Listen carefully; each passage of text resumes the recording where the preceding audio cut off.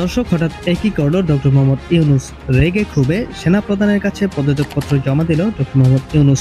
সম্পূর্ণ ভিডিওটি সামনে রয়েছে, আপনারা দেখতে থাকুন। শেখ হাসিনার সরকারের পতনের জন্য একটা প্রধান দাবি ছিল গণতন্ত্র প্লাস গণতান্ত্রিক প্রক্রিয়ায় একটা সরকারকে নির্বাচন করা।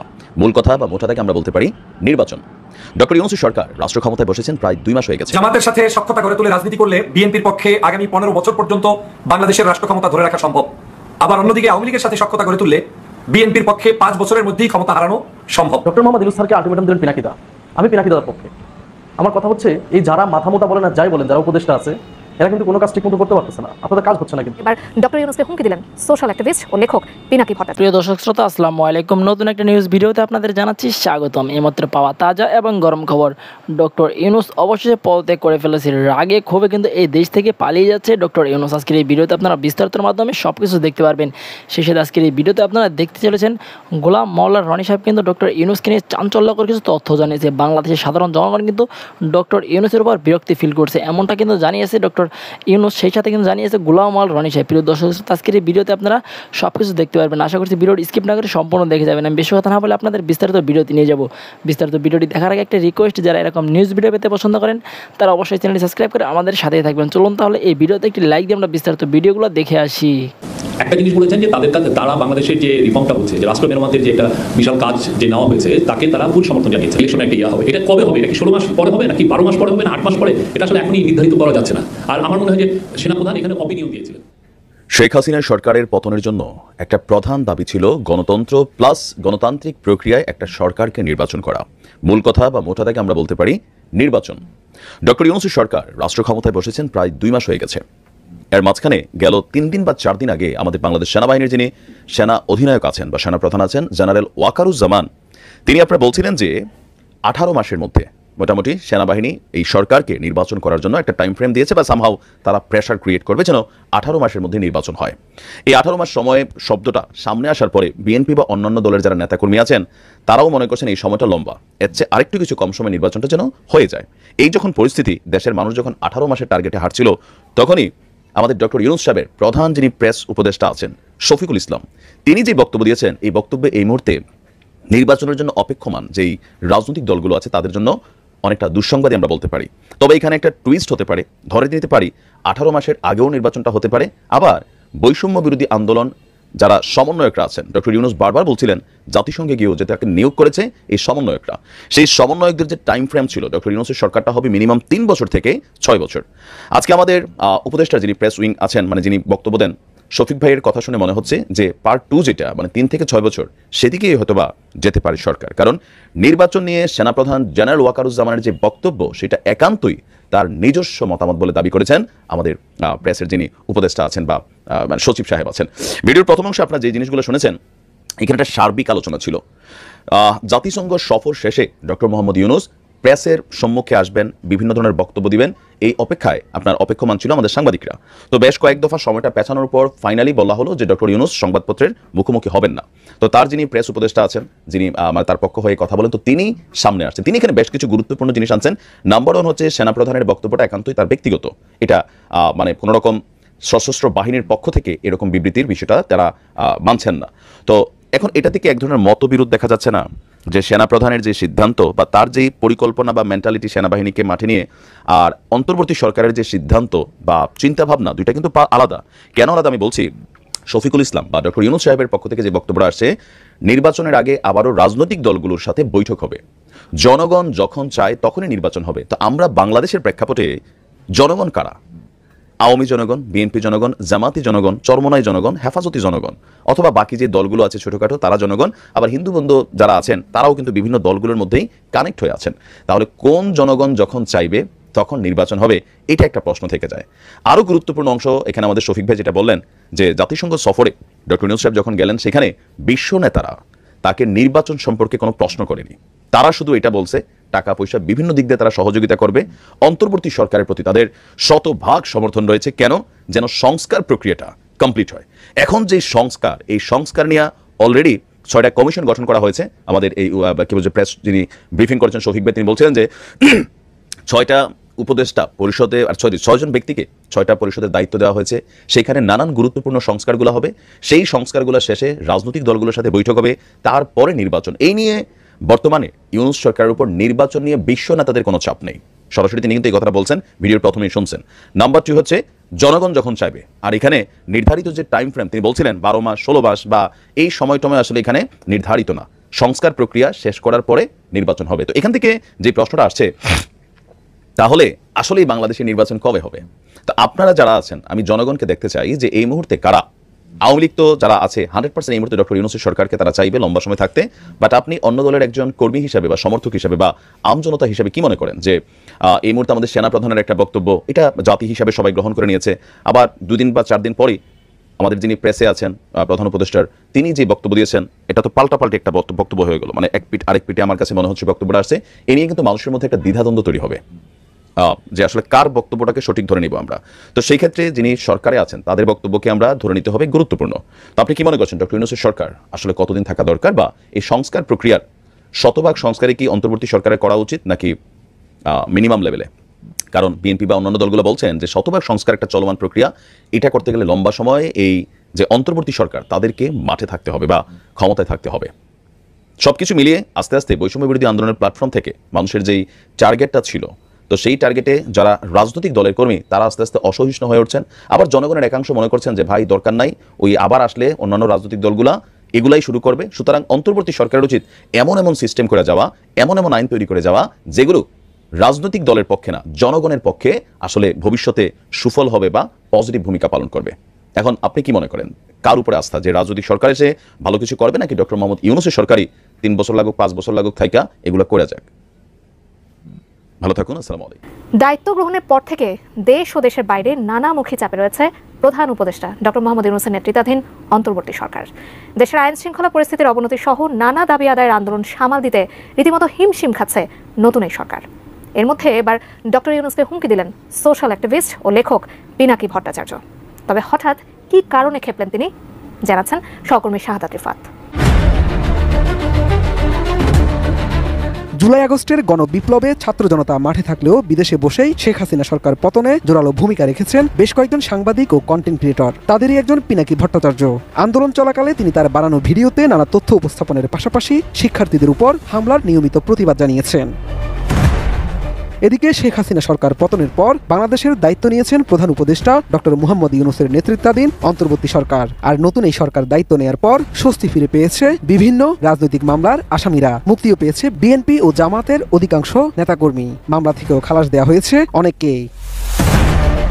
এছাড়া রাজনৈতিক প্রতিহিংসার শিকার হয়ে বিদেশে পাড়ি জমানো অনেক লেখক ও সাংবাদিক দেশে ফিরতে শুরু করেছেন। সবশেষ প্রায় 5.5 বছর পর 27 সেপ্টেম্বর বাংলাদেশের মাটিতে পা রাখেন দৈনিক আমার দেশ পত্রিকার ভারপ্রাপ্ত সম্পাদক মাহমুদুর রহমান।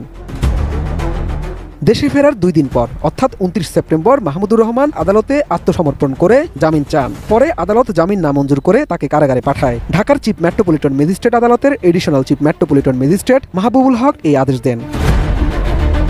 মূলত এই ঘটনার পরই প্রধান উপদেষ্টা ডক্টর মোহাম্মদ ইউনূসের উপর ক্ষোভ ঝাড়েন পিনাকি ভট্টাচার্য, দেন হুমকিও। পাশাপাশি মাহমুদুর রহমানকে মুক্তি দিতে অন্তর্বর্তী সরকারকে সময় বেঁধে দিয়েছেন আলটিমেটাম। কোয়ালিটি সম্পন্ন আন্তর্জাতিক মানের still bar CSRM committed for better still. 30 September বিকেলে সামাজিক যোগাযোগ মাধ্যম ফেসবুকে দেয়া ওই পোস্টে পিনাকি ভট্টাচার্য জানান, মাহমুদুর রহমানকে যদি মুক্তি না দেওয়া হয় তাহলে ডক্টর ইউনূসকে গণশত্রু বানিয়ে দেওয়া হবে, এমনকি সরকারকে দুঃখ প্রকাশ করারও সময় দেবেন না বলে হুঁশিয়ারি দিয়েছেন তিনি। এর আগে গত বছরের 17 আগস্ট সাবেক প্রধানমন্ত্রী শেখ হাসিনার ছেলে এবং তার তথ্য ও যোগাযোগ প্রযুক্তি বিষয়ক উপদেষ্টা সজীব ওয়াজেদ জয়কে অপহরণ ও হত্যাচেষ্টার ষড়যন্ত্রের মামলায় সাংবাদিক শফিক রেহমান সহ 5 জনকে 7 বছরের কারাদণ্ড দেয় আদালত। শেখ হাসিনা সরকার পতনের পর এই মামলায় সাংবাদিক শফিক রেহমান ও যুক্তরাষ্ট্র প্রবাসী ব্যবসায়ী মিজানুর রহমান ভূঁইয়ার সাজা 1 বছরের জন্য স্থগিত করে স্বরাষ্ট্র মন্ত্রণালয়। এ বিষয়ে গত 22 সেপ্টেম্বর প্রজ্ঞাপন জারি করা হয়। স্বরাষ্ট্র মন্ত্রণালয়ের প্রজ্ঞাপন অনুযায়ী আবেদনের পরিপ্রেক্ষিতে তাদের সাজা স্থগিত করা হয়েছে। ডক্টর মোহাম্মদ ইউনূসের সরকারের প্রতি জনগণের যে আগ্রহ, এটা এখন কোন পর্যায়ে আছে আমি বললাম না, আপনারাই নিজেরা চিন্তা করুন। অর্থাৎ আগ্রহ একটা, শ্রদ্ধা একটা, ভালোবাসা একটা, সমর্থন আরেকটি। হাসিনার যে জমানা এবং তার যে দুঃশাসন, সেই দুঃশাসন থেকে বাঁচার জন্য গত 10টি বছর ধরে, আরও বেশি সময়, 2012 সন থেকে একেবারে 24 বলতে গেলে 1 যুগ ধরে আমরা অথই সাগরে হাবুডুবু খেয়েছি। এবং যেই আমাদের পক্ষে কথা বলেছেন, সেটা আমেরিকা বলুক কিংবা রাস্তার কোনো পাগল বলুক কিংবা একটা রিক্সাওয়ালা, তিনি যদি শেখ হাসিনাকে একটা গালি দিতে, যেটা আপনি আমি দিতে সাহস পেতাম না, আমাদের কাছে মনে হতো যে তিনি আমাদের নেতা। আমরা একসময় সেফায়েতুল্লাহ সেফুকে নেতা হিসেবে অনেকে মেনে নিয়েছি। তার অকথ্য এবং অশ্রাব্য ভাষার গালাগাল শুনেননি এমন কোনো ভদ্রলোক নেই বাংলাদেশে।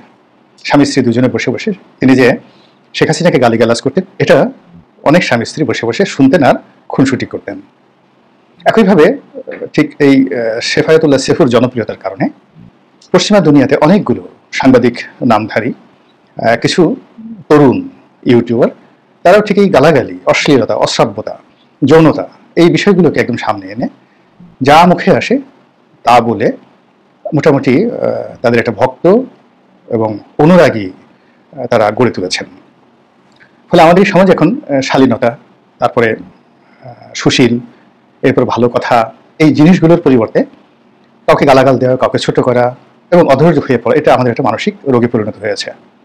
আজ খুব অল্প সময় গেল, এই অল্প সময়ের মধ্যে যদি আপনি প্রশংসা করতে চান ডক্টর মোহাম্মদ ইউনূসের যে অর্থনৈতিক পরিকল্পনা সমূহ, তিনি এবং তার অর্থ উপদেষ্টা ডক্টর সালাউদ্দিন এবং বাংলাদেশ ব্যাংকের গভর্নর, তিনজন মিলে মোটামুটি অল্প সময়ের মধ্যে একটি ভঙ্গুর অর্থ ব্যবস্থাকে যতটুকু সফলতার দ্বার প্রান্তে নিয়ে এসেছেন, এটি নিঃসন্দেহে প্রশংসনীয়। কিন্তু সমস্যা হলো যে এই যে তার যে অর্থনৈতিক কর্মকাণ্ড, বিদেশ থেকে ঋণ আনা, তারপরে শেষে ব্যাংকিং ব্যবস্থায় স্থিতিশীলতা আনা, রেমিটেন্স আনা, এই জিনিসগুলো নষ্ট হয়ে যাচ্ছে কেবলমাত্র আইন শৃঙ্খলার অবনতির কারণে। তারপর সিভিল অ্যাডমিনিস্ট্রেশনে যে নিয়োগ এবং বদলি, এগুলো নিয়ে যে অরাজকতা চলছে, তার কারণে আইন মানার যে একটা প্রবণতা, সেটি ধীরে ধীরে তিরোহিত হচ্ছে।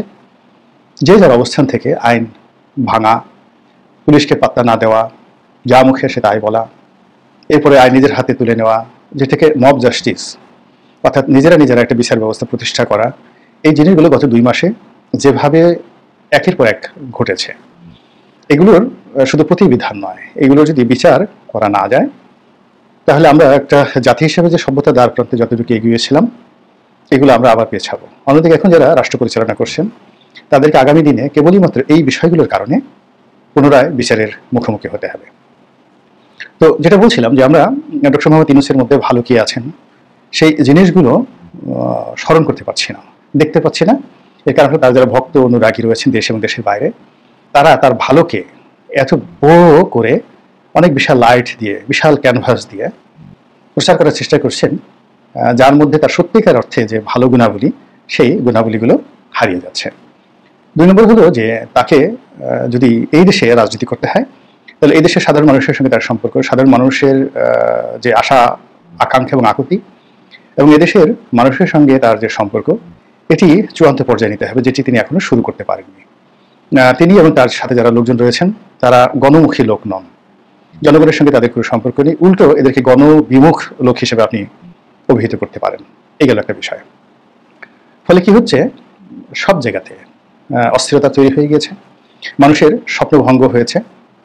তারপর মানুষ ডক্টর মোহাম্মদ ইউনূসের প্রতি যে শ্রদ্ধা দেখাতেন, তাকে নিয়ে স্বপ্ন দেখতেন, তিনি বাংলাদেশের জন্য বিরাট কিছু করবেন এবং তার নেতৃত্বে পশ্চিমাদের সঙ্গে ভালো সম্পর্ক হবে, বাংলাদেশের দুধ এবং মধুর নহর প্রবাহিত হবে। এই জিনিসগুলো এখন এতটা ফিকে হয়ে গিয়েছে যে এইগুলো এখন শুনলে বেশিরভাগ মানুষ বিরক্ত হয়ে পড়েন। যখন গ্রামে একটা মানুষ তার 10টা গরু আছে, বিশ্বাস করেন যারা গৃহস্থ, তারা নিজেদের গৃহপালিত গরু, ছাগল, মহিষ কিংবা মুরগিকে পরিবারের সদস্য মনে করে, এদের উপর জীবিকা নির্বাহ করে এবং এদের জন্য তারা জীবন পর্যন্ত দিয়ে দেয়।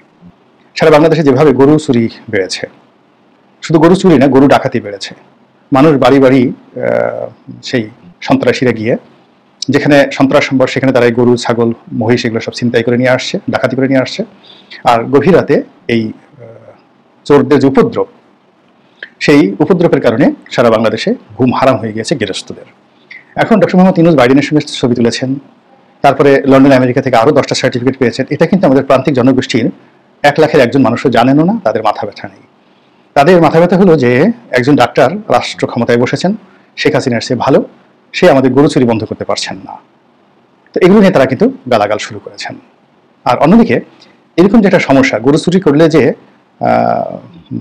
কি হয়, এটা বর্তমান সরকারের যারা উপদেষ্টা মণ্ডলী রয়েছেন তাদের কারোর ব্যাপারে প্র্যাকটিক্যাল অভিজ্ঞতা আছে কিনা আমি বলতে পারবো না। যেমন আমাদের একটা ছোটকালে কৌতুক করেছিলাম যে গরু হারালে এমনই হয় মা, অর্থাৎ এক কৃষকের গরু হারিয়ে গেছে, সারাদিন সে গরুকে খোঁজ করেছেন, খোঁজ করে করে গরু না পেয়ে তিনি বাড়িতে এসেছেন। বাড়িতে এসে তিনি কাউকে চিনতে পারছেন না। তিনি তার নিজের স্ত্রীকে বলছেন যে মাগো এক গ্লাস পানি দিন তো। এখন সেই যে গৃহকর্ত্রী তিনি বলছেন যে তওবা তওবা আস্তাগফিরুল্লাহ, এটা কি ধরনের কথা, নিজের স্ত্রীকে কেউ মা বলে? তখন সেই গৃহস্থ বলে ওঠেন চিৎকার করে যে মাগো গরু হারালে এমনি হয় মা। এই হলো আবহমান বাংলায় আমাদের যে গৃহপালিত জন্তু জানোয়ার রয়েছে তাদের সঙ্গে মানুষের অ্যাডাপশন। যে মহল্লায় চাঁদাবাজি হচ্ছে, যে মহল্লায় মব জাস্টিস হচ্ছে, এবং যেখানে নিয়োগ বদলিতে বিশৃঙ্খলা তৈরি হচ্ছে, ছেলেমেয়েরা ক্লাসে যাচ্ছে না, পড়াশোনা করছে না, প্রত্যেকটা বাড়িকে তার পিতামাতার জন্য জাহান্নাম বানিয়ে ফেলেছেন। একটা পরিবারে যদি 2 জন 3 জন করে সন্তান সন্ততি থাকে এবং তারা এই রাষ্ট্রের সঙ্গে পাল্লা দিয়ে যদি তারা নিয়ন্ত্রণহীন হয়ে পড়ে, ক্লাসে না থাকার কারণে, বিশ্ববিদ্যালয়ে না যাওয়ার কারণে, বা গত কয়েক মাসের অবিরত যে বিরতি, এর কারণে দেখা যাচ্ছে প্রতিটি পরিবারের মধ্যে এক ধরনের অশান্তি তৈরি হয়েছে। তার সঙ্গে গার্মেন্টস, তারপর অন্যান্য শিল্প কলকারখানা, ব্যবসা বাণিজ্যের যে মন্দা, সব মিলিয়ে মানুষের মধ্যে একটা ত্রাহি অবস্থা। তো সেই অবস্থা থেকে মুক্তির জন্য বা সেই অবস্থা থেকে রেহাই দেওয়ার জন্য সরকারের না আছে কোনো কথার বুলি, না আছে কথার ঝুলি, না আছে কোনো সান্ত্বনা বাণী। তারা শুধুমাত্র সমন্বয়ক, ছাত্ররা তাদেরকে ক্ষমতায় বসিয়েছেন, বিল ক্লিন্টন তাদেরকে কথা বলেছেন, জো বাইডেন তাদেরকে চুমা দিয়েছেন, এরপরে ফ্রান্সের প্রেসিডেন্ট তাদেরকে কোলে নেবেন, তারপরে মালয়েশিয়ার যিনি প্রধানমন্ত্রী আনোয়ার ইব্রাহিম তিনি আসবেন, সৌদি যুবরাজ মোহাম্মদ বিন সালমান আসবেন, আর বাংলাদেশ স্বর্ণের খনিতে, তেলের খনিতে ভরে যাবে। এই অলিক কল্পনা, এই অলিক কথাবার্তা কোনো অবস্থাতেই আমাদের জনজীবনে স্বস্তি দিতে পারছে না। এবং ডক্টর ইউনূস এখন যে খপ্পরের মধ্যে পড়েছেন এবং যে আমলাতন্ত্রের মধ্যে পড়েছেন, যে দালাল চক্রের মধ্যে পড়েছেন, ঠিক শেখ হাসিনা 2010-11 সনে ঠিক এরকম একটা অবস্থার মধ্যে কিন্তু তিনি পড়েছিলেন। শেখ হাসিনার অনেকগুলো গুণাবলী ছিল, সব গুণাবলীগুলো এই পরিস্থিতির কারণে, পরিবেশের কারণে, দেশি বিদেশি চক্রান্তের কারণে সমস্ত গুণাবলীগুলো মুহূর্তের মধ্যে হারিয়ে যায় এবং তিনি ধীরে ধীরে ধীরে ধীরে লেডি হিটলারে পরিণত হন। এবং আপনি যদি হিটলারের কথা চিন্তা করেন, মুসলিমের কথা চিন্তা করেন, জীবনের প্রথম দিকে তারা খুবই কাঙ্ক্ষিত ব্যক্তি ছিলেন তাদের দেশের জনগণের জন্য, কিন্তু জনগণের একটা নির্দিষ্ট সময়ের পরে আর সেই ধৈর্য তাদের প্রতি থাকেনি এবং তারা জনগণের সেই যে সহজ সরল অভিব্যক্তিকে ব্যবহার করে এই দুনিয়াতে যে নির্মম এবং নৃশংসতার যে ইতিহাস রচনা করেছেন, কিয়ামত পর্যন্ত সেগুলো কেউ অতিক্রম করতে পারবে না। তো আমাদের শেখ হাসিনা, বাংলাদেশের শেখ হাসিনা, তিনি যদি সতর্ক হতেন এবং তিনি যদি জনগণকে ভালোবাসতেন, রাজনৈতিক দলকে ভালোবাসতেন, প্রত্যেকটা পলিটিক্যাল পার্টির সাথে একটা সম্পর্ক রক্ষা করতেন, তাহলে আজকে তাকে কিন্তু এভাবে পালিয়ে যেতে হতো না। কিন্তু তিনি সেটা না করে তাকে কোন দেশ থেকে একটা ডক্টরেট ডিগ্রি দিয়েছেন, জাতিসংঘের পরিবেশ বিষয়ক কোন কমিটি বা সাব কমিটি তাকে একটা উপাধি দিয়েছেন, কিংবা নরেন্দ্র মোদী তাকে কি বলেছেন, আমেরিকার কোন প্রতিষ্ঠান কি বলেছেন, এই সকল বিষয় নিয়ে তিনি এবং তার যারা লোকজন যেভাবে জনগণকে বিভ্রান্ত করতেন এবং যেভাবে মিথ্যা উল্লাসে নৃত্য করতেন, তার পরিণতি আমরা দেখেছি। তো কাজেই আমি যখন ডক্টর মোহাম্মদ ইউনূস জাতিসংঘ গেলেন, আমার প্রথম কথা ছিল যে ওনার এটা যাওয়ারই দরকার ছিল না, কোনো দরকার ছিল না। তিনি এই সময়টিতে বসে বাংলাদেশ সফর করলে, 10 জন লোকের সঙ্গে কথা বললে, মানুষের সঙ্গে চলাফেরা করলে, তিনি একদিন কাঁচা বাজার পরিদর্শনে গেলে, এই জিনিসগুলো মানুষ তাকে বুকে করে নিত, বলতো এ সাধারণ মানুষ এবং তার অনেক অপরাধ, অনেক ভুল, অনেক ভ্রান্তি, এগুলো নিয়ে মানুষ কিন্তু কথা বলতে সাহস পেত না। কিন্তু সেটি না করে তিনি বিল ক্লিন্টনের সাথে বন্ধুত্ব করতে গিয়েছেন, জো বাইডেনের সঙ্গে ছবি তুলতে গিয়েছেন। এই জিনিসগুলো দিয়ে আলটিমেটলি তার সরকারের বা তার নিজের কোনো উপকার হবে না। তিনি প্রাজ্ঞ মানুষ, সারা জীবন বহু ঘাটে বহুবার তিনি তার পদচিহ্ন রেখেছেন, কখনো বিজয়ী হয়েছেন, কখনো পরাজিত হয়েছেন। তাকে সাজেশন দেওয়ার মতো স্পর্ধা আমার নেই। আমি আমার সাদা চোখে যে জিনিসগুলো দেখছি, সেক্ষেত্রে আমার মনে হয়েছে যে তিনি বাংলাদেশের যে পরিচিতি বা বাংলাদেশের যে গর্ব, বা doctor Mohammad Yunus Nobel laureate হিসেবে যে খ্যাতি এবং দ্যুতি সারা দুনিয়াতে ছড়িয়েছেন, তার এই সকল সফলতা যেন জীবন সায়ানে এসে কোনো অবস্থাতেই বিরূপ পরিস্থিতিতে না পড়ে, এতটুকু কামনা। তিনি সফল হন এবং ভালো কিছু করেন, এই আশীর্বাদ করছি। কিন্তু তিনি যদি সেটি না করে অতীতের লোকদের মতো তিনি যদি কেবল প্রচার প্রপাগান্ডাতে ব্যস্ত থাকেন, যা কিনা তার বাংলাদেশের রাজনীতিতে আদৌ দরকার নেই, তাহলে ultimately it's a wastage of time, money and energy. প্রিয় দেশবাসী, শুরু থেকে শেষ পর্যন্ত যারা এই ভিডিওটি দেখেছেন সকলকে জানাই অসংখ্য অসংখ্য ধন্যবাদ। যারা এরকম নিউজ ভিডিওতে পেতে পছন্দ করেন তারা অবশ্যই এই চ্যানেলটি সাবস্ক্রাইব করে পাশে থাকা বেল আইকনটি বাজিয়ে দিবেন। যারা এখনও এই ভিডিওটি শেয়ার করেননি, এই ভিডিওটি দ্রুত শেয়ার করে সকলকে দেখার সুযোগ করে দিন। আজকের মতন এই পর্যন্ত, দেখা হচ্ছে পরবর্তী কোনো ভিডিও নিয়ে ইনশাল্লাহ।